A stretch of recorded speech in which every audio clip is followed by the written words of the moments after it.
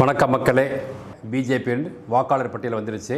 நம்ம அதே மாதிரி தான் காங்கிரஸும் வரல, அதையும் நம்ம மக்கள் சிந்திக்கணும். ஸோ நேஷனல் பார்ட்டி ஆனால் ரெண்டு பார்ட்டியுமே வாக்காளர்களை அறிவிக்கிறதில் கொஞ்சம் நேரம் எடுத்துக்கிட்டாங்க, காலங்கள் எடுத்துக்கிட்டாங்க அப்படிங்கிறது உண்மை. ஆனால் இதில் வேறுபாடு இருக்குது. பிஜேபிக்கு காலதாமதம் ஆனதுக்கும் காங்கிரஸ் காலதாமதம் ஆகிட்டு இருக்கிறதுக்கும் வேறுபாடுகள் இருக்குது அப்படிங்கிறது. ஸோ காங்கிரஸை பொறுத்த வரைக்கும் உள் சண்டை, உள்பூசல் இதெல்லாம் காரணம்.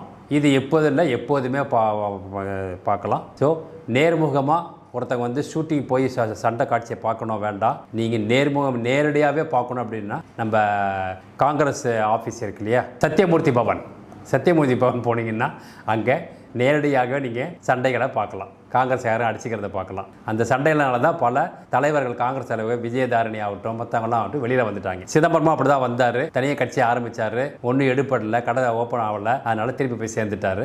ஸோ ஒரு இப்படி ஓபிஎஸ் போய் தன் மானத்தெல்லாம் விற்றுட்டு போய் திமுக போய் சேர்ந்தாரோ அந்த மாதிரி இவரும் தனியாக வீரமாக வந்துட்டு இப்போ பார்த்தீங்கன்னா பல பேர் இந்தியாவில் கிட்டத்தட்ட ஒரு 50 கட்சிகள் காங்கிரஸில் வந்தது தான். என்ஆர் காங்கிரஸ் ஆகட்டும், மம்தா பானர்ஜியோட கட்சி ஆகட்டும், அப்புறம் ஆந்திரா ஆகட்டும், இது மாதிரி பார்த்தீங்கன்னாலே காங்கிரஸில் வந்த கட்சிகள் பல கட்சிகள். அதை நம்ம கூட சொல்லியிருக்கோம், கிண்டலாக கூட சொல்லியிருக்கோம். உன் காங்கிரஸ், என் காங்கிரஸ், பக்கத்து வீட்டு காங்கிரஸ் அப்படின்னு சொல்லி நிறைய காங்கிரஸ்.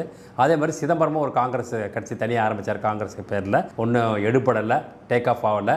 ஸோ நம்மளால் அரசியலை விட்டு வெளியில் போக முடியாது, நமக்கு புண்ணாக்கு கூட விற்க தெரியாது.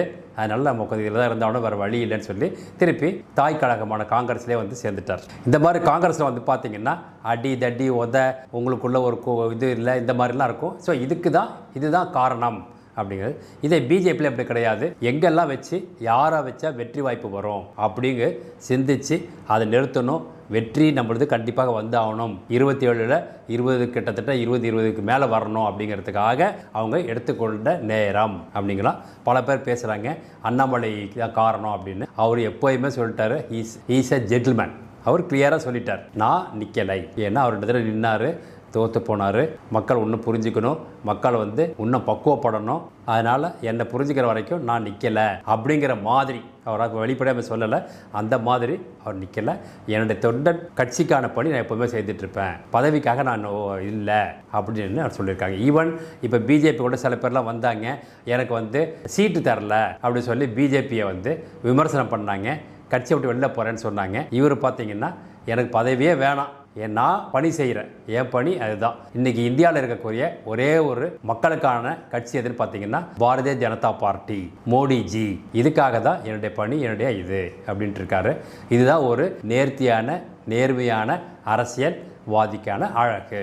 அதை அவர் பண்ணியிருக்காரு. இப்போ நம்ம 27 பேர் சொன்னோம் இல்லையா, அந்த 27 பேருக்கான தொகுதி என்ன, எந்த தொகுதியில் யார் நிற்கிறா அப்படிங்கிற ஒரு லிஸ்ட் நம்ம வச்சுருக்கோம். இதை பார்த்து தான் படிக்க முடியும். இப்போ சொல்லுவோம், இதில் நம்ம பிபிடியில் வர இப்போ ஷோவில் காமிப்பாங்க. ஸோ நம்ம யார் எந்தெந்த தொகுதி அப்படிங்கிறத நம்ம பார்ப்போம். முதல்ல இந்த ஆவடி ராஜசிம்ம மகேந்திரன் அப்படிங்கக்கூடிய அலைஸ் அஸ்வின் குமார் அப்படி நிற்கிறாரு. அப்புறம் மயிலாப்பூரில் பார்த்தீங்கன்னா தமிழிசை சவுந்தரராஜன், இவங்க ஒரு வெயிட்டான பார்ட்டி, எல்லாருக்குமே தெரிஞ்சவங்க, அதுக்கான வெற்றி வாய்ப்பு கண்டிப்பாக இருக்கும் அப்படிங்கிறப்புறம். அப்புறம் தள்ளியில் டாக்டர் நாகேஷ் குமார் நிற்கிறாரு. அடுத்தது திருவண்ணாமலையில் சி ஏழுமலை, ராசிபுரத்தில் டாக்டர் எஸ்டி பிரேம்குமார், அப்புறம் மோடக்குறிச்சியில் கீர்த்திகா சிவகுமார் நிற்கிறாங்க. முதகமண்டல பார்த்தீங்கன்னா போஜராஜன் நிற்கிறாரு. அவினாசியில் எல் முருகன் நம்ம மத்திய துணை மந்திரியாக இருக்காரு.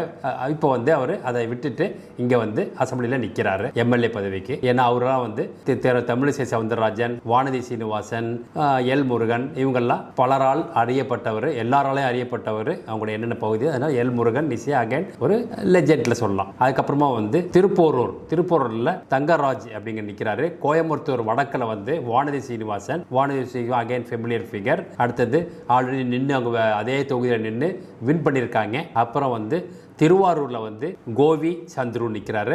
தஞ்சாவூரில் எம் முருகானந்தம் நிற்கிறாரு. அதுக்கப்புறமா காந்தி கந்தர்வ கோட்டை இதில் சி உதயகுமார் நிற்கிறாரு. புதுக்கோட்டையில் என் ராமச்சந்திரன் நிற்கிறாரு. அறந்தாங்கியில் கவிதா ஸ்ரீகாந்த். திருப்பத்தூரில் கேசி திருமாறன், அப்புறம் மானாமதுரை அதில் வந்து வி பால கணபதி, மதுரை சவுத்தில் வந்து ராமசீனிவாசனும் அருமையான ஆரேட்டர், எல்லாருக்குமே தெரியும். அவரும் வந்து மதுரையை சேர்ந்தவர் தான், மதுரை பல்கலைக்கழகத்தை படித்தவர் தான், பிஹெச்டி அங்கே தான் முடித்தார், முனைவர் பதவி முடித்தார்.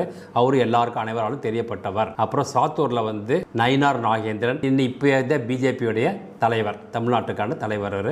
அப்புறம் ராமநாதபுரத்தில் CBSK நாகேந்திரன். அப்புறம் திருச்செந்தூரில் KRM ராதாகிருஷ்ணன். அப்புறம் வாசுதேவ நல்லூர் அதில் வந்து அனந்தன் ஐயாசாமி. அப்புறம் ராதாபுரம், கோயம்புத்தூர் ராதாபுரம் SP பாலகிருஷ்ணன். நாகர்கோயில் MR காந்தி, அவரும் ஆடின்னு நின்று நம்மளோட சிட்டிங் MLA தான் அவர் பண்ணவர். அப்புறம் வந்து கொளச்சரில் வந்து T சிவகுமார். அப்புறம் பத்மநாபபுரத்தில் P ரமேஷ், நான் இல்லை, என் பேர் ரமேஷ்குமார், ரமேஷ். அதுக்கப்புறமா வந்து வெலவங்கோடில் S விஜயதாரணி, காங்கிரஸ்லேருந்து வந்தவங்க.